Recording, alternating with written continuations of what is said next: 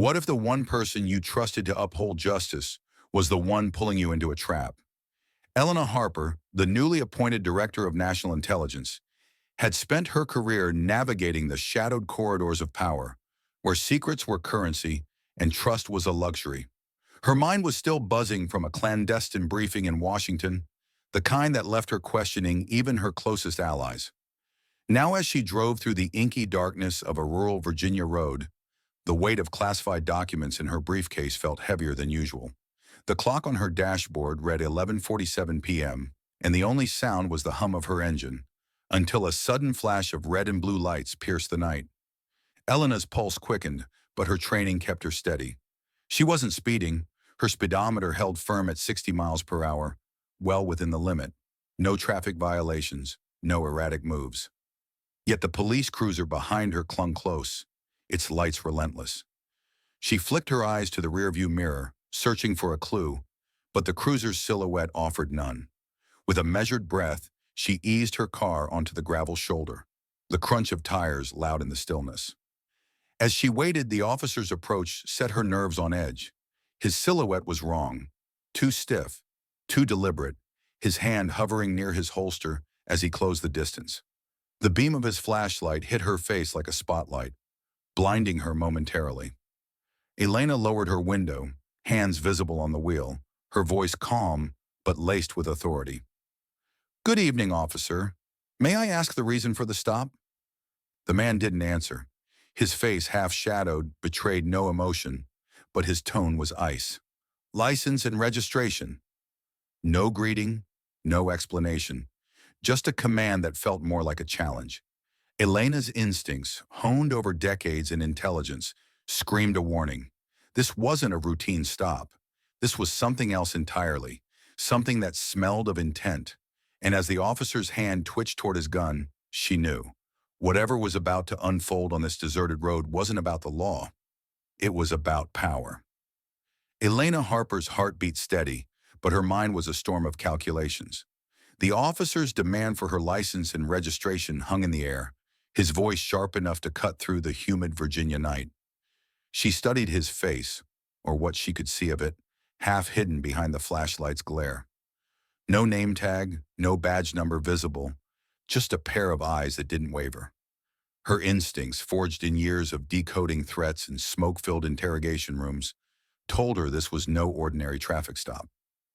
"Officer," she said, her tone even, almost conversational, "I'm happy to comply, but I need to know the reason for the stop." Her hands stayed on the wheel, palms open, broadcasting calm. She wasn't just Eleanor Harper, Director of National Intelligence. She was a woman alone on a deserted road, and she knew the rules of survival shifted in the dark. The officer didn't blink. "License and registration, now." His left hand twitched closer to his holster, a subtle move most wouldn't notice. But Elena did. Her gut tightened. She chewed her gum slowly, deliberately, buying a moment to think. Her briefcase, containing classified documents that could unravel alliances, sat on the passenger seat. Her purse with her ID and credentials was tucked beside it. "All right," she said, her voice a careful balance of deference and steel. "I'm reaching for my purse on the passenger seat." Slowly. She moved one hand inch by inch, her eyes locked on his. No sudden moves. She pulled her wallet free, extracting her driver's license and her D&I credentials. A sleek card with the seal of the United States and her title in bold. She extended them toward him. "Here you are." The officer's gaze flicked to the credentials, then back to her face. For a split second, something shifted in his expression. Surprise, maybe, or irritation. "D&I," he said almost to himself. He didn't take the cards. Instead, he stepped closer, his shadow swallowing the space between them. "Step out of the vehicle." The words landed like a punch. Elena's breath slowed, her training kicking in. "Excuse me?" she said, not defiant but probing, testing his intent. Her mind raced through scenarios. A corrupt cop, a setup, or something worse tied to the briefing she just left. She'd seen reports of rogue officers, power-drunk and untouchable, but she'd never been the target, until now. The officer's hand was on his gun now, not just near it. "Step out." His voice was a low growl, each syllable laced with control. Elena's eyes darted to the rearview mirror. Still no other cars, no witnesses. The road stretched empty in both directions, the only sound the faint chirp of crickets and the hum of the cruiser's engine. "Officer, I'm complying," she said, keeping her tone neutral. "But you're not following protocol. I'd like your name and badge number." She knew the law, knew her rights, but she also knew the danger of a man who thought he was above both. Before she could press further, headlights cut through the darkness. Another vehicle, a second police cruiser, pulled up behind the first. For a fleeting moment, relief flickered in Elena's chest. Another officer meant a witness, a chance to de-escalate. But then the second officer stepped out, and her hope curdled. He was tall, broad-shouldered, his silhouette as rigid as the first. No name tag, no visible badge. He strode toward them, his boots crunching on the gravel. "Problem here?" the second officer asked, his voice casual but his eyes cold. The first officer didn't turn, keeping his focus on Elena. "Just a non-compliant driver," he said, his tone dripping with disdain. Elena's jaw tightened. Non-compliant. Not Director Harper. Not even Ms. Harper. Just a label to justify whatever they had planned. The second officer moved closer, his hand resting on his belt, fingers brushing his holster. "Ma'am," he said, the words sharp and patronizing, "step out of the vehicle." Her mind flashed to the reports she'd read. Cases of power abused, of lives upended by men like these.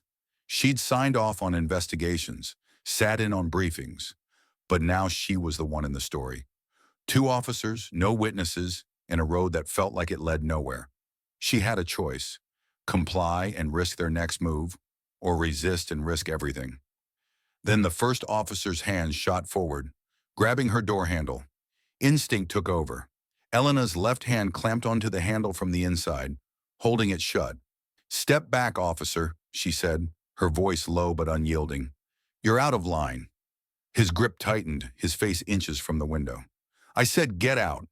The second officer shifted, his hand now fully on his gun. Elena's pulse thrummed, but her resolve hardened. She'd faced worse odds in war rooms and back alleys. This wasn't about a traffic stop anymore. This was about survival, and she wasn't going down without a fight. Elena Harper's grip on the door handle tightened, her knuckles pale against the dark interior of her car. The first officer's face was a mask of barely restrained fury, his fingers still clutching the handle from the outside, as if he could wrench it open through sheer will. The second officer loomed closer, his hand now fully gripping his holstered gun, his eyes narrowing as he repeated, "Ma'am, get out." Now.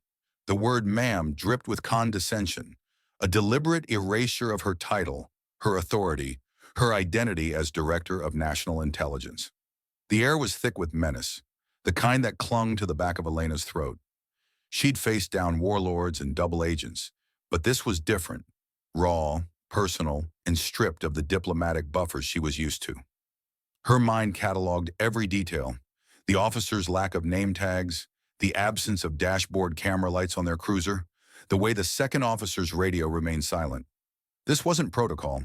This was a play, and she was the target.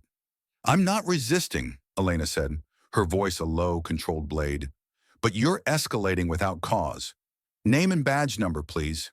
Her eyes flicked between them, reading their reactions. The first officer's jaw twitched, a crack in his facade. The second officer shifted his weight, his fingers tightening on his gun. "Last chance," the first officer snarled, yanking the door handle harder. The car rocked slightly and Elena's pulse spiked, though her face remained a mask of calm. She knew the math. Two armed men, no witnesses, and a road so remote it might as well be another planet. Compliance might buy her time, but it could also mean stepping into whatever trap they'd set. Resistance could end in blood, hers or theirs. Before she could decide, the first officer's patience snapped. His free hand shot through the open window, grabbing her wrist with bruising force. Pain flared, but Elena's training overrode it. She twisted her arm sharply, breaking his grip, and shoved the door outward, forcing him to stumble back. "Get your hands off me!" she barked, her voice cutting through the night like a whip. The second officer moved instantly, drawing his gun and leveling it at her chest. The barrel gleamed under the cruiser's lights, inches from her face. "Non-compliant suspect," he shouted, his voice now for the radio he finally activated. "We have a situation." The word suspect hit harder than the gun's threat, reducing her to a statistic, a report, a story that could be rewritten by whoever filed it first. Elena froze, her hands raised slightly, palms open. Her eyes locked on the gun, then shifted to the officer's face. Sweat beaded on his brow, his bravado fraying. She could almost hear the gears turning in his head, weighing whether to pull the trigger or wait for her next move. The first officer recovered, stepping forward with a sneer, his own gun now drawn. "You're done," he spat. "Out, now!" Silence swallowed the moment, heavy and suffocating. Elena's mind raced, searching for an out. She'd survived worse, but never this exposed, never this alone. Then a sound, a faint rustle from the roadside, followed by a voice, sharp and clear. "I'm recording this." The officers flinched, their heads snapping toward the source. A figure stood at the edge of the road, barely visible in the darkness, the glow of a phone screen illuminating his face. He was young, maybe mid-20s, his hands steady as he held the device aloft. "Both of you, back off. I've got everything. Your faces, your guns, the whole thing." The first officer's gun wavered, his eyes darting between Elena and the newcomer. The second officer lowered his weapon slightly, uncertainty creeping into his stance. "Who the hell are you?" he demanded, but his voice lacked its earlier edge. "Doesn't matter," the man shot back. "This is live. People are watching." He stepped closer, the phone's light casting long shadows. "You're done." Elena seized the moment. "Officers," she said, her voice steady but commanding. "I'm Elena Harper, Director of National Intelligence. Lower your weapons and identify yourselves. Now." The name hit like a shockwave. The first officer's face paled, his gun dropping to his side. The second officer hesitated, then holstered his weapon, his hands shaking. Before they could respond, sirens wailed in the distance, growing louder by the second.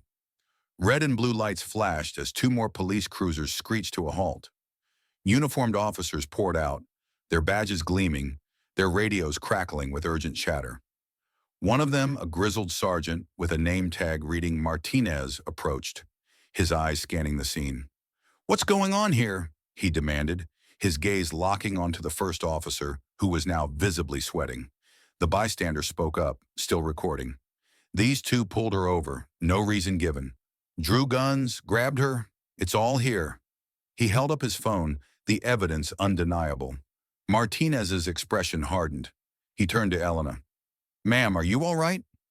The respect in his tone was a stark contrast to the earlier "ma'am" she'd endured. "I'm fine," Elena said, stepping out of the car at last, her posture regal despite the adrenaline coursing through her. "But these officers need to be detained. They violated protocol and threatened a federal official." The first officer opened his mouth to protest, but Martinez cut him off. "Cuff them," he ordered. The other officers moved swiftly, disarming and handcuffing the two men. The first officer's face twisted in rage, but his partner looked defeated, his shoulders slumping as he was led to a cruiser. By morning, the video had spread like wildfire across social media.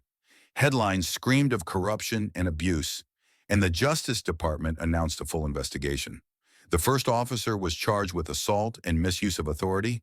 His partner faced suspension and conspiracy charges. Elena sat in her office, watching the news unfold. Her wrist still faintly bruised, but her resolve unbroken.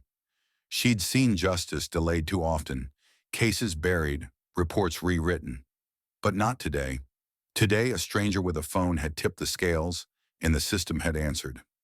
Yet as she stared at the viral footage, Elena knew this wasn't just about two rogue cops. It was about a world that let them think they could win. She leaned back in her chair, her eyes narrowing. This fight was far from over. If the story stirs you, don't stay silent. Share it, speak out. Demand a system that serves, not one that preys. Because next time, it could be you on that road.